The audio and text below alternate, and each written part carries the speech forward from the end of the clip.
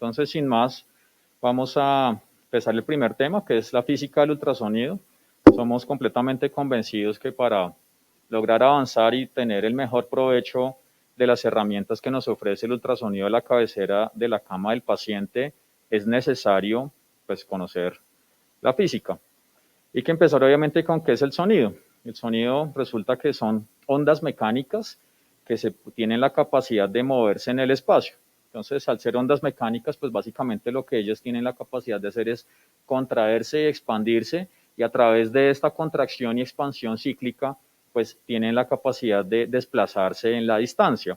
Eso se llama estos eventos de compresión y expansión. En realidad, pues está apareciendo en ciclos de compresiones y rarefacciones, y es la forma en la que en realidad el sonido termina propagándose.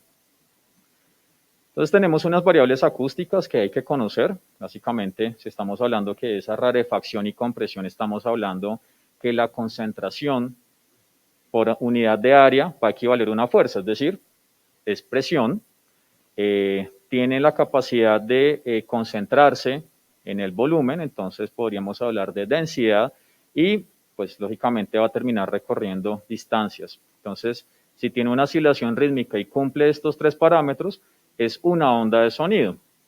Y esas ondas tienen unas características que son importantes y que básicamente van a cumplir 7 parámetros acústicos, que son los que tenemos allí en la pantalla, que es el periodo, la frecuencia, la amplitud, el poder, la intensidad, la longitud de onda y la velocidad de propagación.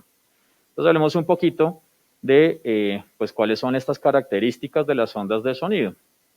Entonces, lo primero que hay que tener claro es que esto se va a comportar de una manera diferente si estamos hablando de la fuente, y la fuente en este caso va a ser nuestro equipo de ultrasonido y el transductor que hayamos elegido, y el medio va a ser qué es lo que estamos insonando, ¿cierto? Muchas veces cuando uno está empezando, está concentrado ahí en la pantalla, se pierde en ese universo de matices grises y negros, y pues allí, como pasa en esta imagen, pues uno termina insonando cosas que no tienen mayor interés, que en lo que vamos a intentar trabajar hoy para optimizar al máximo las imágenes. Entonces, nuevamente, la fuente va a ser el equipo completo y el medio es lo que queremos estar insonando.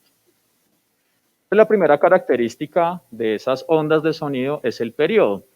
Un periodo es el tiempo que toma a una onda para vibrar en un ciclo, y un ciclo es ese momento en el que sube y baja, es decir, la amplitud, cómo llega a su máximo en sentido positivo y en sentido negativo, y el tiempo entonces que le va a tomar en completar esa onda hacia arriba y hacia abajo va a ser el periodo.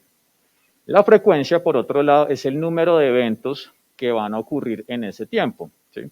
Entonces, aquí tenemos dos ejemplos de frecuencia, que puede ser el número de veces que ocurra en X tiempo, puede ser por segundo, puede ser por minuto, puede ser por año. Entonces, si tenemos, si preguntan cuál es el periodo de presidentes que hay en 12 años, pues diríamos, pues sería 3, sería la frecuencia, ¿cierto? Aquí entonces tendríamos estas ondas de sonido que en este tiempo pues van a estar, las contamos, si esos cuadritos equivaldrían a un segundo, pues tendríamos 4 ondas totales. Recuerden, lo que completa hacia arriba, lo que completa hacia abajo, tendríamos una frecuencia de 4 Hz. En este caso, si nuestra unidad de medida es segundo, pues serán 4 Hz por segundo. Y en esta otra vamos a tener un poco más, ¿cierto? Misma unidad de medida, es un segundo, pero en esta ocasión tenemos 8 ondas completicas, entonces tendríamos 8 Hz por segundo. ¿Listo? Entonces, frecuencia es el número de eventos que va a ocurrir por tiempo. ¿Por qué se llama ultrasonido? Entonces tenemos 3 tipos de sonido básicamente que podríamos catalogarlos de la siguiente manera, un poco egocéntrica siempre en torno a nosotros los humanos, que es, tenemos en el centro el sonido audible para nosotros, que está entre 20 Hz y 20 kHz, ¿cierto? Es decir, entre 20 eventos y 20.000, que serían kilohertz. Si tenemos una frecuencia que esté por debajo de esos 20 Hz, se va a llamar infrasonido, ya nosotros no tenemos la capacidad de escucharlo, y el sonido va a estar mayor a 20 kHz, es decir, estaría por encima de nuestra capacidad de también identificar ese tipo de frecuencias audibles para nosotros, pero que otros animales, por supuesto, sí tienen la capacidad de hacerlo, como por ejemplo los murciélagos. Entonces la frecuencia afecta la penetración y la calidad de la imagen, por supuesto. Ya vamos a ver cómo entre más frecuencia tengamos, es decir, más cantidad de emisiones de sonido tengamos por segundo, vamos a tener la capacidad de tener una mejor resolución, pero hay que jugar con eso, porque al mismo tiempo que tenemos mejor resolución, podemos perder la capacidad de penetrar más profundidad en esos tejidos que estamos evaluando. ¿Cuál es la relación entre frecuencia y periodo? Entonces, son recíprocos, son inversamente relacionados. Entonces, quiere decir que a más frecuencia, el periodo es menor, quiere decir que la amplitud o el tiempo que se va a demorar en esas deflexiones positivas y negativas tiene necesariamente que ser más pequeño, y si la frecuencia es menor, el periodo entonces va a durar mucho más. Entonces, así como lo estamos viendo de esta manera. Hay tres parámetros que se han denominado de grandeza: el bigness del ultrasonido, que básicamente nos va a describir el tamaño o la magnitud de fuerza de una onda. Y eso va a depender de esas tres variables, de la amplitud, del poder y de la intensidad. Entonces, la amplitud ya estábamos mencionando que es qué tan amplio va a ser esa longitud de pico a pico. El poder, que es la tasa de transferencia de energía, y esto es bien importante porque hace parte de los parámetros que vamos a tener de seguridad para el paciente.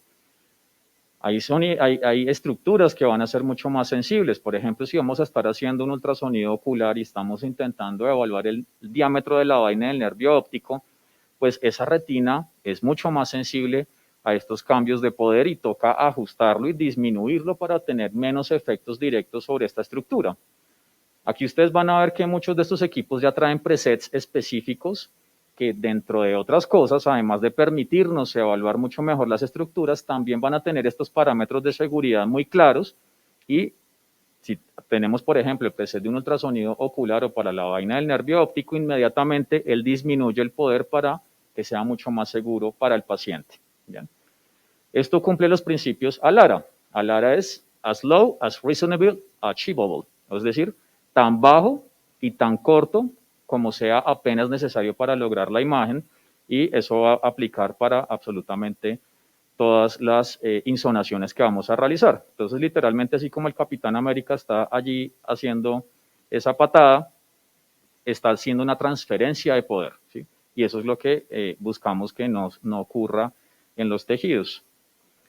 La intensidad, por otro lado, es la concentración de energía que hay en un haz de ultrasonido. Ya vamos a ver en un par de diapositivas más adelante cómo es la anatomía de los diferentes haces de ultrasonido, pero hay una zona focal en la cual se va a concentrar más la intensidad. Bien, entonces, ¿estos cómo se relacionan? Pues la intensidad es recíproca al poder y la intensidad es recíproca a la amplitud al cuadrado. Esto quiere decir que a mayor poder, mayor intensidad y por lo tanto mayor exposición a efectos directos del ultrasonido. Otra cosa que es importante conocer es la longitud de onda, que es la distancia que dura un ciclo completo. Bien, entonces, en este caso ya vimos que la amplitud es pico a pico. Ahora la longitud de onda es dónde empieza y dónde termina el siguiente. Entonces yo hago esta analogía como con carritos del tren, en donde pues vamos a tener que cada uno de esos vagoncitos va a equivaler a la longitud de onda. Ya vamos a ir viendo porque estas son cosas que es importante conocer. Y la velocidad de propagación, pregunta súper importante, que es la tasa a la cual una onda de sonido viaja a través del medio. Es decir, cuántos de esos haces que yo estoy emitiendo a través de un transductor determinado van a viajar a X velocidad a través de un tejido que yo estoy insonando. Entonces, la velocidad no va a viajar igual a través de un tejido óseo, no va a viajar igual a través del cerebro y no va a viajar igual a través de un vaso, ¿cierto? Entonces, el rango es extremadamente amplio en el cuerpo humano. Ustedes aquí ven que es entre 500 y 4000, incluso puede ser más bajito, y esto es únicamente determinado por el medio. Entonces, aquí tenemos diferentes velocidades a través de las cuales el sonido se va a estar propagando. El promedio en los tejidos humanos es de 1450 metros por segundo. Y esa es la variable que va a tomar como base el equipo para poder hacer múltiples cálculos. Me dice como, pero ¿de dónde sale toda esta cantidad de cálculos, velocidades, integrales, etcétera? Esta es una de las variables más importantes, teniendo en cuenta que ese va a ser un promedio base para los tejidos humanos. Pero fíjense entonces que el tejido óseo va a ser extremadamente alto, 4080 metros por segundo, y en cambio el aire es extremadamente lento, 330 metros por segundo. ¿Eso por qué importa? Porque si yo estoy ensonando un pulmón normal, en el cual la velocidad del sonido está viajando extremadamente lento, pues los ecos que yo estoy teniendo de retorno, que me van a reconstruir una imagen, pues van a ser tan lentos que se van a terminar dispersando, y por eso, si uno insona un pulmón normal, pues no es mucho detalle el que uno vaya a encontrar, ¿cierto? No es el caso en el que yo insono y voy a encontrar los alvéolos y los bronquios y demás, porque esa es una limitante importante del medio. En cambio, si yo insono un hueso, inmediatamente todo me brilla un montón, porque se va tan rápido que inmediatamente pues me va a reconstruir esa estructura, y todo lo demás está en el medio de esos dos espectros, ¿cierto? Entonces, medios diferentes se van a mover a velocidades diferentes. Al final, clínicamente, ¿en qué se nos va a representar esto? En que dependiendo de ese medio, de su rigidez y de su densidad, pues van a terminar siendo las características finales en las cuales yo voy a tener cosas importantes. Si tengo una cosa rígida, como una pelota de ping-pong, o tengo una cosa blandita, como un marshmallow, se me va a comportar diferente. Y si la densidad que estoy ensonando es, por ejemplo, la de la grasa, que tiene una densidad no tan alta, ¿cierto? Porque no necesita un bloque de grasa grande para tener un peso similar al del músculo, que es mucho más denso, mucho más compacto, y por lo tanto pesa más por unidad de área, va a hacer que se comporte de manera diferente esa velocidad de propagación. Entonces aquí aplicamos la regla del pulgar. Se va a ir más rápido entre sea más rígido, ¿cierto? Por eso teníamos el ejemplo del hueso. Y se va a ir más lento entre más denso sea lo que estamos insonando, por ejemplo, el músculo. Entonces, aquí ya con eso más o menos hemos resumido pues cuáles son esas variables que describen las ondas del sonido, y ya aprendimos entonces que hay variables que van a depender exclusivamente de la máquina, y las variables que ya vimos relativas a la densidad, a la rigidez y a cuáles las características finalmente del tejido o la estructura que estemos insonando, y eso nos va a afectar directamente con esa velocidad, qué tan bien o qué tan mal se va a terminar reconstruyendo nuestra imagen en el equipo. Ahora, estas ondas pueden funcionar de diferentes formas. Entonces tenemos ondas pulsadas, en las cuales se emiten literalmente como pulsos, ¿cierto? Como cuando ustedes ven las películas que ejemplifican que tenemos un submarino y que se está intentando comunicar y hace un sonido ¡pup! ¡Pup! ¡Pup! Esos son pulsos. Cada uno de esos soniditos equivale a un pulso y tiene una longitud especial, y acorde del equipo que estemos usando, del transductor que estemos usando, esas ondas pulsadas pues van a tener unas longitudes diferentes y una velocidad a la que se emiten que también pueden ser diferentes, que van a variar en el tiempo, que en este caso es tiempo real. Entre más corto, mejor, nuevamente, pues, en términos de tener imágenes mucho más precisas y detalladas. Y con respecto a la longitud, como ya lo hemos visto, también entre más corto, pues también nos va a permitir que las imágenes sean mucho más claras y con mayor detalle en la imagen final. Estas repeticiones de pulsos tienen periodos. Entonces, es el tiempo en el que inicia y termina, desde que inicia uno e inicia ya el siguiente. Tiene unos valores típicos que también están preseteados en sus equipos. Esto no es necesario ajustarlo, pero es importante conocerlo, porque si yo voy a tener imágenes más profundas, los pulsos tienen que demorarse más, ¿cierto? Es como yo envío el pulso y me quedo esperando a que esos ecos retornen para empezar a reconstruir la imagen. Pero si la imagen es más superficial, pues yo puedo enviar muchos más pulsos con más frecuencia, y esos pulsos también se van a retornar. Y eso es parte de lo que explica por qué, si yo estoy evaluando una estructura superficial, siempre voy a tener una mejor resolución en el campo cercano, que si le pongo toda la profundidad y lo pongo a 32 centímetros, pues lo que tengo lejos a los 32 centímetros es usualmente una sombra oscura, porque se demora tanto que en el momento en el que se va a reconstruir la imagen, pues ya se ha tardado demasiado y no logra reconstruirlo con la misma calidad del detalle. Entonces, esto va a estar relacionado directamente con la profundidad de la visualización. Y la frecuencia de repetición de pulsos es otra cosa importante, que es el número de pulsos que se transmite por segundo. Otra vez, si vamos a tener una imagen profunda, pues a él le va a costar mucho más reconstruir la imagen que si la imagen es superficial, y eso sí está determinado únicamente por ustedes mismos, cómo configuran su equipo y qué transductor usan y cómo ponen los presets. Y esto tiene entonces relación directa con el factor de ocupación, el duty factor, que es el tiempo en el cual él se tarda en esperar a que ese eco que enviamos retorne al equipo. Entonces, la gran mayor parte del tiempo, el equipo se la pasa esperando a que regresen los ecos, ¿sí? Y eso sucede principalmente con un Doppler pulsado, ¿verdad?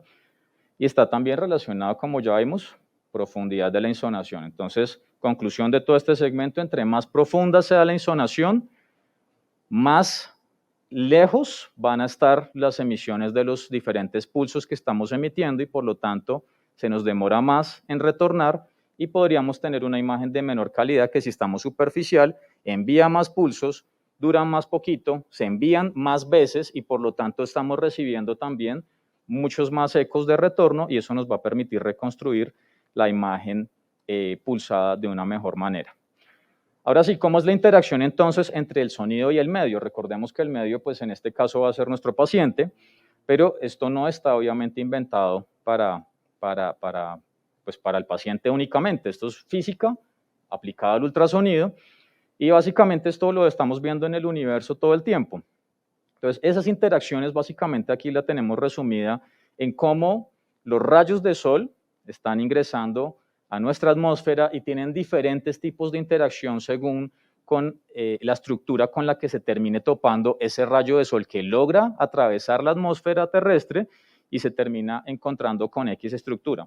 Entonces, si se topa, por ejemplo, con una roca sólida, pues ese rayo que logró transmitirse a través del ambiente, ¿cierto? Y viene viajando desde el cielo, cuando toca esa estructura, se puede reflejar, es decir, que el rayo se desvía en otra dirección.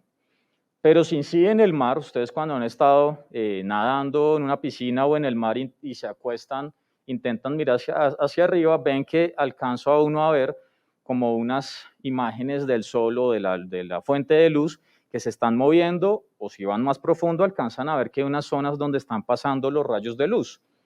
Eso se llama refracción, ¿sí?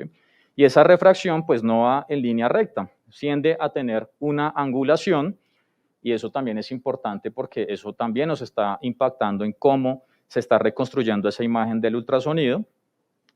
O podría incidir, por ejemplo, en una arena que sea mucho menos compacta y parte de ese haz de luz termina absorbiéndose a través de la Tierra o simplemente se dispersa.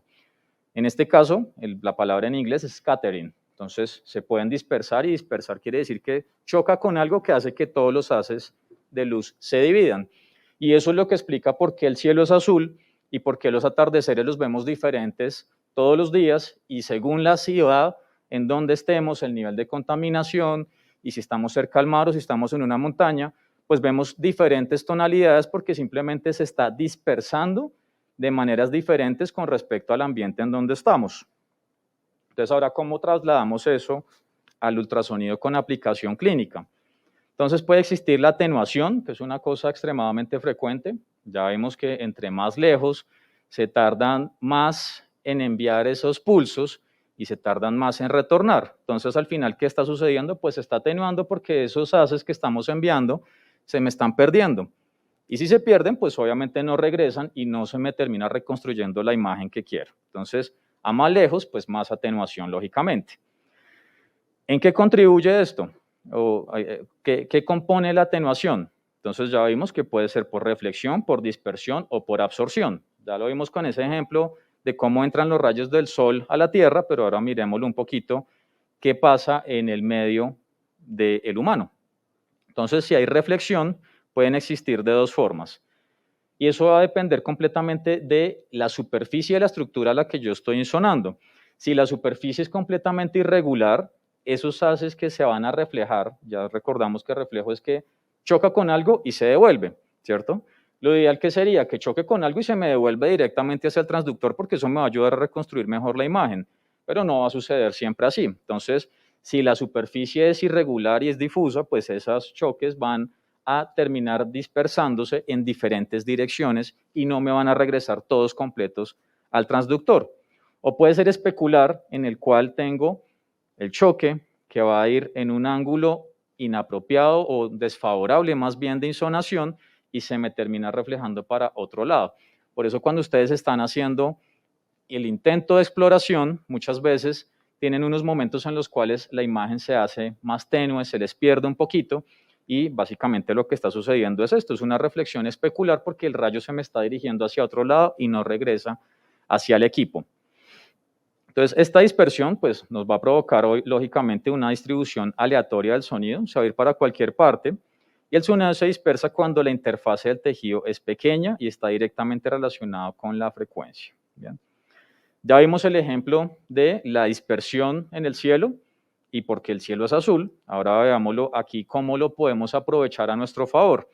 Entonces, el efecto va a suceder de una manera parecida cuando insonamos un vaso sanguíneo y activamos el Doppler color o activamos cualquier modo Doppler, y lo que va a suceder es que las micrones de esos haces que se están enviando de sonido van a ser mucho más grandes que el tamaño de los eritrocitos.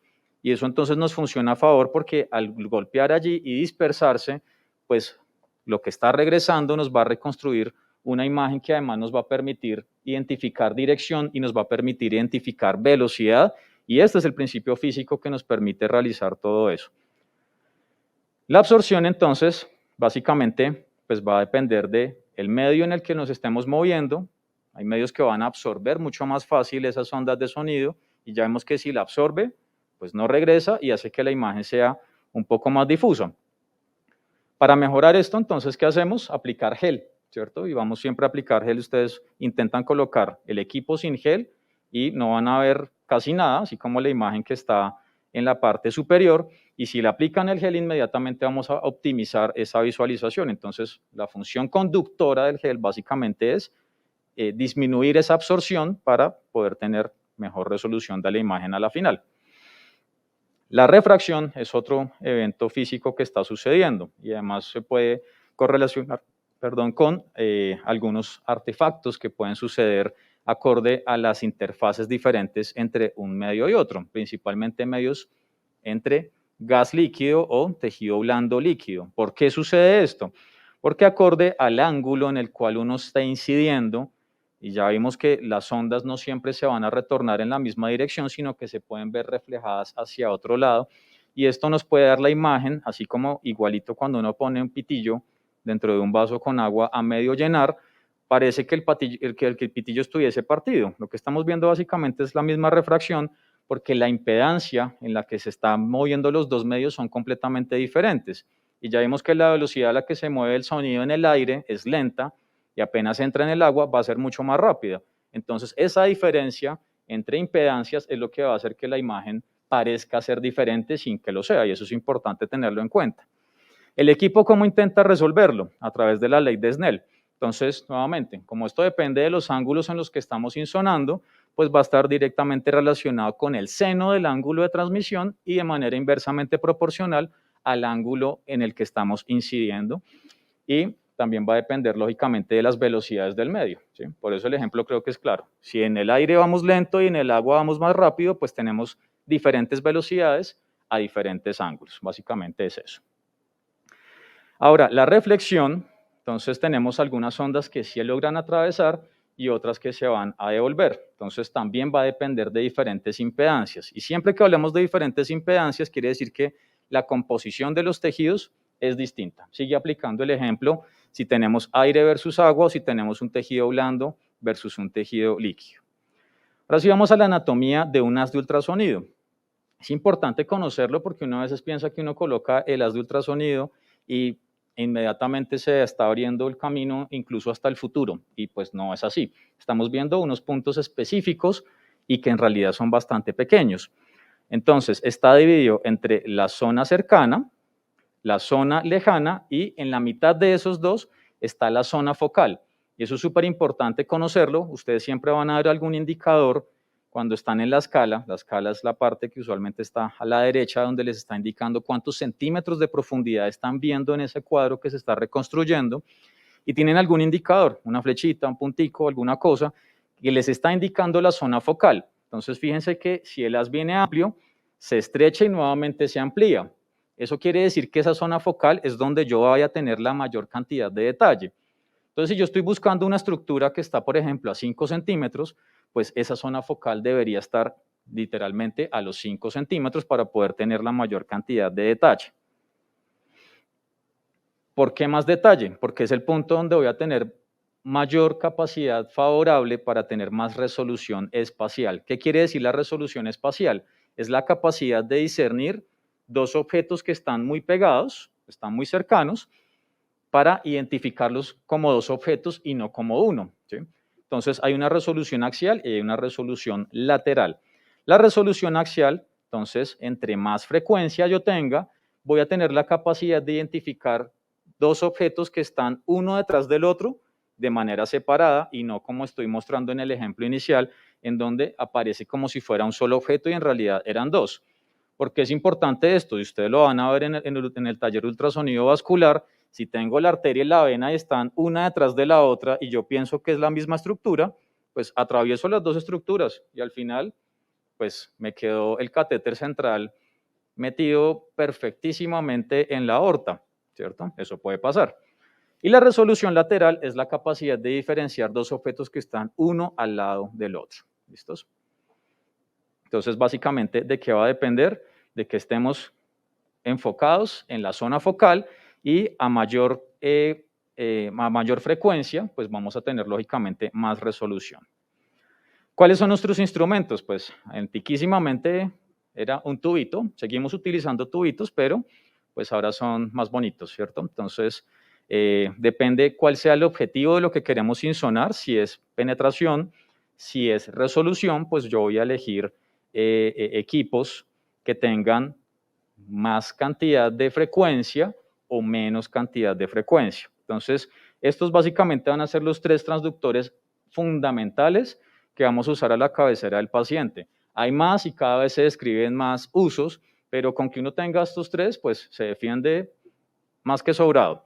Entonces tenemos el transductor lineal, que tiene la mayor capacidad de resolución porque tenemos más cantidad de frecuencia, ¿cierto? Es decir, mayor cantidad de impulsos por segundo, por lo tanto van y vienen mucho más rápido, reconstruyen una imagen mucho más detallada, pero no va a poder ir a profundidad. Ya lo vamos a ver ahorita, en el cual si insonamos un tejido blando con un transductor lineal y le ponemos toda la profundidad al máximo, entre más profundo se pierde hasta que ya no hay ninguna imagen, pero proximal vamos a tener una resolución perfecta.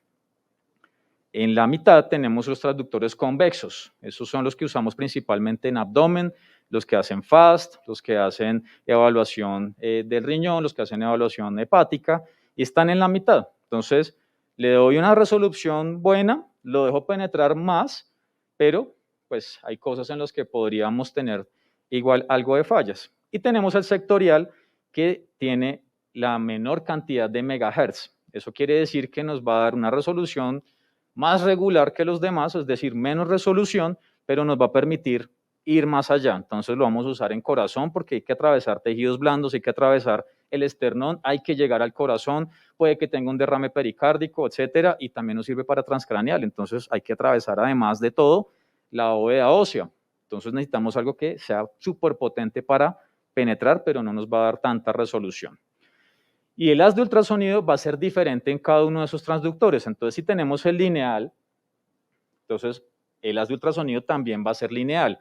Pero ya vamos a ver en detalle, cuando hagamos en la tarde el taller de accesos vasculares, cómo la coordinación ojo-mano es importantísima teniendo en cuenta esto. ¿Cuánto es el ancho de ese haz de ultrasonido? Es más o menos de 1 milímetro. Eso quiere decir que si yo me desvío de ese milímetro, pues voy a dejar de ver por dónde está transcurriendo la aguja. Y es básicamente eso. Si yo tengo el indicador, que es el puntico azul que ven allí en el transductor, y tengo la capacidad de estarme alineando perfectamente y no salirme de ese milímetro, voy a ver todo el tiempo completamente perfecto hacia dónde va el bisel de la aguja. Y en los convexos y en los sectoriales, pues fíjense que se va ampliando, ¿sí? Y la forma en la pantalla también la van a dar de una manera diferente, pero fíjense que al final, en ambos hacia el fondo, entre más profundo se me va dispersando la imagen, ¿cierto? Entonces siempre va a tener más resolución en la zona cercana y ya vimos pues que obviamente en la zona focal. La orientación, todos los transductores van a tener siempre un indicadorcito, puede ser un puntico, puede ser una muesca, puede ser un turupito que al otro lado no lo tiene, y eso básicamente nos va a ayudar a orientarnos, ¿sí? ¿Orientarnos con qué? Pues con la imagen que estoy viendo en el equipo, en donde pues yo voy a tener un logo, otro punto, algún indicador titilante, alguna cosa que me indique qué es derecho y qué es izquierdo. Esto ustedes lo pueden modificar según cómo estén más cómodos, según cómo se acostumbren, como lo quieran. Esto yo lo puedo pasar al otro lado, lo puedo poner de cabeza, eso es irrespectivo completamente, pero lo importante es que siempre tengan en cuenta dónde está su indicador y ustedes dónde tienen el indicador en la pantalla para que mentalmente siempre estén orientados geográficamente, porque pues igual que en la anatomía clásica, pues tenemos la capacidad de explorar en los tres planos, sagital, coronal y transversal, y va a depender entonces de dónde tengo el indicador. Si aquí yo tengo la muesquita o el puntico o el apuntador o el luminoso, pues que coincida con lo que yo estoy viendo en la pantalla y entonces yo esté seguro que hacia aquí está la cabeza y hacia aquí están los pies, ¿cierto? Entonces, la forma de explorar, pues tiene unos términos específicos que vamos a practicar hoy también. Entonces, tenemos en el número 1 el sliding, que es el deslizamiento, ¿cierto? Yo estoy explorando de arriba a abajo o de lado a lado, teniendo el transductor siempre apoyado sobre la piel del paciente. En el número 2 tenemos el tilt, en el cual es como un abanico. Yo exploro hacia arriba y hacia abajo, pero estoy básicamente parado en el mismo punto. Tenemos el 3, la rotación. Entonces vamos a cambiar el eje sobre el cual estamos evaluando la estructura. El 4 es el rocking, en el cual pues básicamente me estoy moviendo y puedo hacer compresión incluso un poco para poder ver las estructuras vecinas y tener mejores márgenes de seguridad.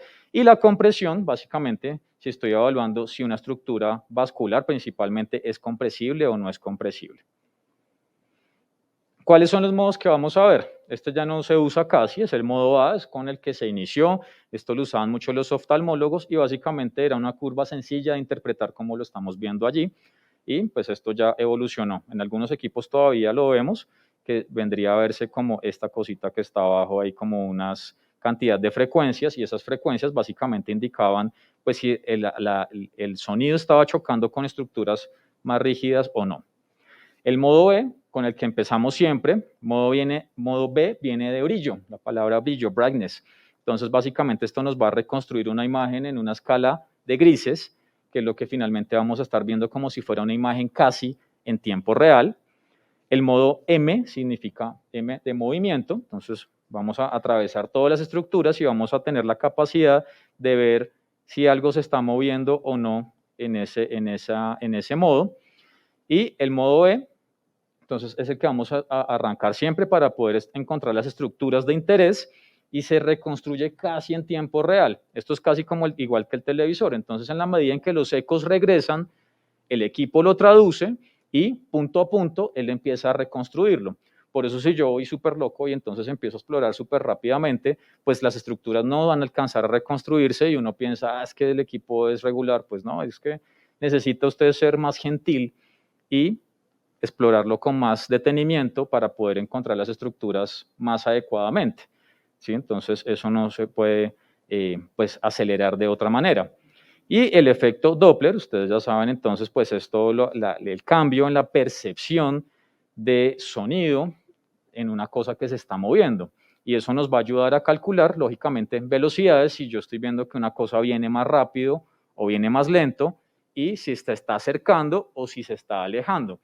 Y eso nos va entonces a permitir realizar múltiples mediciones y estimaciones tanto en color como en modos continuos y pulsados. Y esto obedece al principio del Doppler shift. Entonces la ecuación Doppler básicamente es esta. Entonces tenemos dos veces la velocidad del flujo sanguíneo por la frecuencia del transductor por el coseno sobre la velocidad de propagación. Entonces fíjense que la velocidad de propagación sigue siendo un factor importantísimo que lo vimos al principio. ¿De qué dependía la velocidad de propagación? Del medio, es decir, es el aire, es tejido blando, es líquido, es un absceso, entonces de eso depende, y fíjense que depende también directamente acá del coseno. Entonces, ahora esto, ¿cómo lo trasladamos ya a las mediciones? Si yo estoy completamente paralelo a el ángulo de insonación, voy a ser mucho más preciso que si estoy en cualquier otro ángulo que sea diferente. ¿Por qué? Porque en la medida en que el coseno va cambiando según el ángulo de insonación en el que yo esté, pues voy a tener una medición mucho menos precisa. Si el ángulo es 0 con respecto a lo que estoy insonando, es decir, si el vaso está en esta dirección y yo logro acomodarme para que el haz de ultrasonido vaya también en esa dirección, y eso lo ajustamos con el ángulo, pues va a ser un coseno de 1. Quiere decir que toda esa formulota que vimos multiplicada por 1, pues da la misma velocidad, ¿verdad? Pero si ya tenemos 60 grados, pues fíjense que es 0.5, es decir, que se me baja la velocidad a la mitad. Y si es ya 90 grados, es 0. Entonces, todo multiplicado por 0 es 0. Y eso es lo que hace que incluso uno, cuando está insonando alguna estructura en un ángulo perpendicular, uno no ve color, uno no ve flujo, no ve nada, pero comprime, sí, sí comprime, pero luego que lo toco, pulsa, sí, sí pulsa, pero ¿por qué no me da color, no me da medición, no me da nada, todo está mal? Pues no, no está mal, simplemente es un ángulo completamente desfavorable en este caso, porque todo multiplicado por 0, pues les va a dar 0, entonces no les va a dar ninguna imagen. El Doppler continuo, por otro lado, pues se coge todo lo que se atraviesa. Continuo quiere decir que envía y recibe al mismo tiempo, pero no nos va a permitir discernir sobre una medición específica de una estructura, cosa que sí hace el pulsado. ¿Por qué lo logra? Porque tiene un gate, un volumen de muestra, que son las dos rayitas que uno tiene para poderse enfocar específicamente en ese punto. Pero entonces este sí va a emitir pulsos y esperar a que regresen. Entonces eso tiene, pues obviamente, algunas limitaciones que aquí estamos viendo. Entonces podemos tener artificios en el Doppler pulsado. Si la velocidad es mayor que la capacidad que tiene el equipo, pues vamos a ver una medición equivocada que se llama el submuestreo o el aliasing, cosa que no vemos en el Doppler pulsado, en el Doppler continuo, perdón, pero pues cada uno, lo importante es conocerlo y aprovechar al máximo esas ventajas. Y en el Doppler flujo color, pues lo que vamos a ver básicamente es una composición de colores que van en un margen amplio, que pueden ir desde un rojo cálido, que usualmente por convenciones que se está acercando, hasta un azul oscuro que se está alejando. Eso es por convención, pero ustedes también lo pueden cambiar. ¿Sí? La doctora Diana Díaz, cuando le hace el examen a los R1, le cambia hacia el otro lado el espectro, entonces lo que se viene acercando uno lo empieza a ver azul, y uno lo ve siempre en la pantalla, y es una cosa que es importante verificar cuando uno está haciendo sus evaluaciones.